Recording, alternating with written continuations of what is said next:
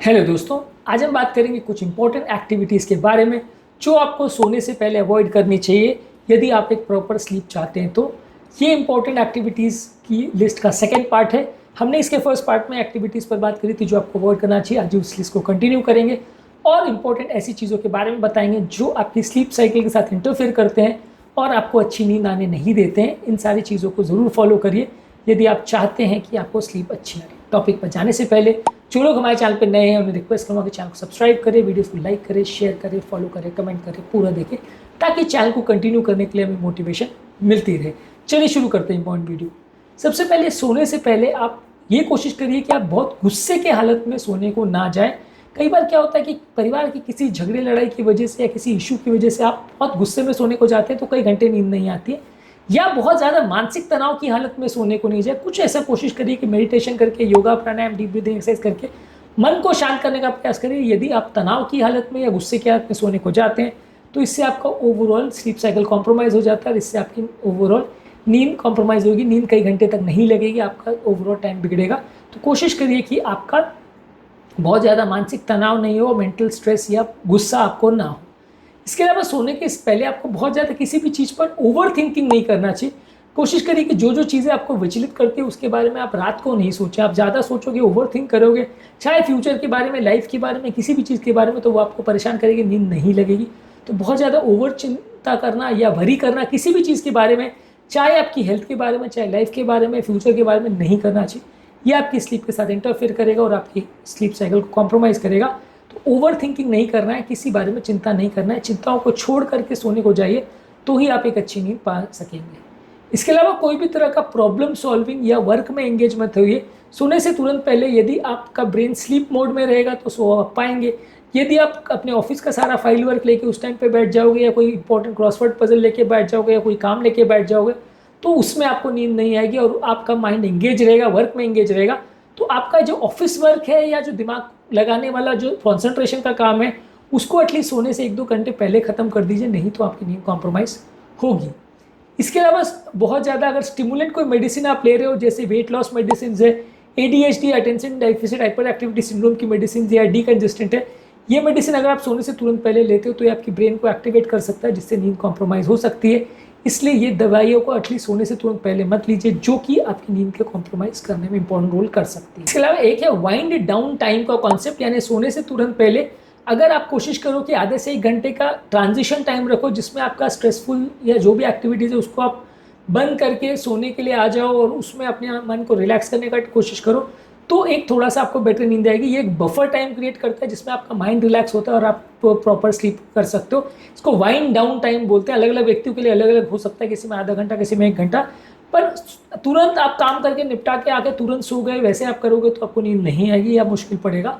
कोशिश करिए कि आपका काम वगैरह बंद करके, खाना पीना बंद करके, एक्सरसाइज बंद करके, प्रॉपर नहाना वगैरह भी अगर करना है तो वो कर पूरा के आप फिर आधा 1 घंटे के लिए बेड पर एक वाइंड डाउन टाइम रखें जिसमें आप मेंटल रिलैक्सेशन थोड़ा करें।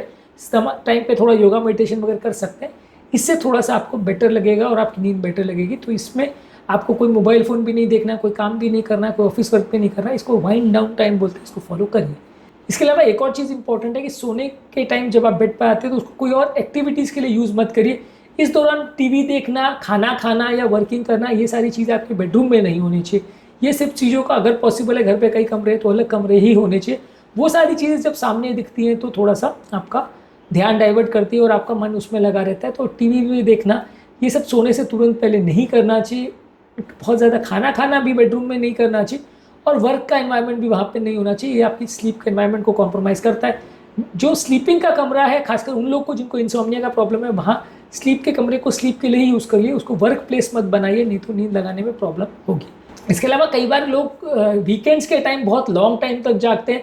जब पता रहता है कि अगले दिन संडे है, कुछ काम नहीं करना है, तो उस दौरान आदमी बहुत लंबा देर तक जागता रहता है, उस दौरान सोता नहीं है।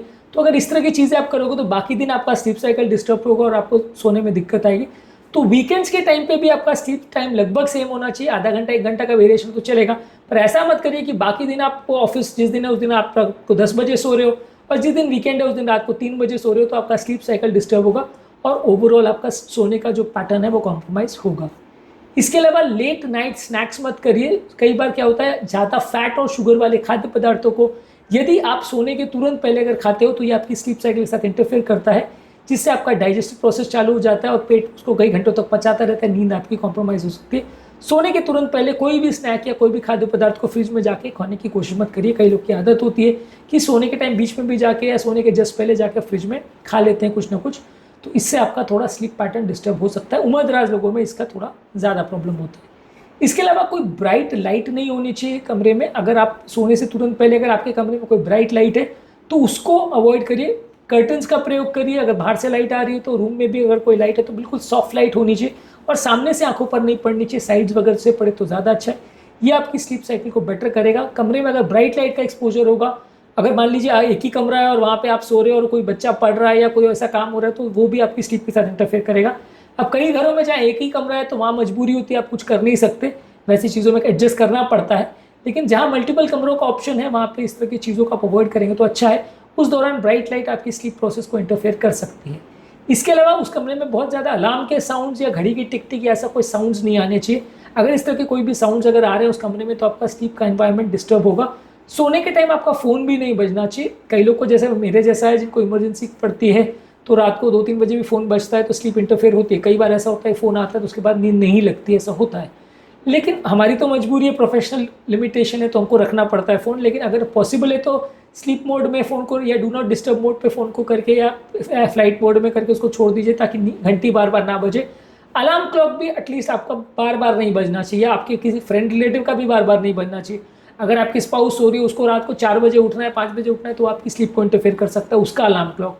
तो वैसे अलार्म्स को कोशिश करिए कि उन लोगों के कमरे में ना रहे जिनको नींद का प्रॉब्लम है, नहीं तो उनकी स्लीप पैटर्न को डिस्टर्ब करता है। कई बार घड़ी की लाउड घड़ियाँ होती है जिनकी टिक टिक आवाज़ आती है, वो भी स्लीप को इंटरफेयर करता है। आज के टॉपिक में कुछ एक्टिविटीज़ पर मैंने बात करी जो कि आपको अवॉइड करनी चाहिए यदि आपको स्लीप का प्रॉब्लम है। इन चीज़ों पर विशेष ध्यान देना ज़रूरी है। यदि आप इन चीज़ों को फॉलो नहीं करते हो तो आपको स्लीप का प्रॉब्लम होगा और आगे जाके दिक्कत आएगी। इसके अलावा इसके फर्स्ट पार्ट में भी हमने कुछ और टिप्स पर बात करी थी जो आपको रेगुलर फॉलो करना चाहिए यदि आपको इंसोम्निया का प्रॉब्लम है। उम्मीद करूँगा कि आज के टॉपिक में कुछ नई बातें जानने को मिली होगी। इंसोम्निया, स्लीप हाइजीन, क्या खाना चाहिए क्या नहीं खाना चाहिए, इस पर हमने बहुत सारी वीडियोस की हैं स्लीप के लिए। स्नोरिंग पर भी बहुत सारे वीडियोस किए हैं, स्लीप एपनिया पर भी वीडियोस किए हैं। इनको ज़रूर चेकआउट करें। टॉपिक एंड करने से पहले जो लोग हमारे चैनल पर नए हैं उन्हें रिक्वेस्ट करूँगा कि चैनल को सब्सक्राइब करें, वीडियोज़ को लाइक करें, शेयर करें, फॉलो करें, कमेंट करें पूरा।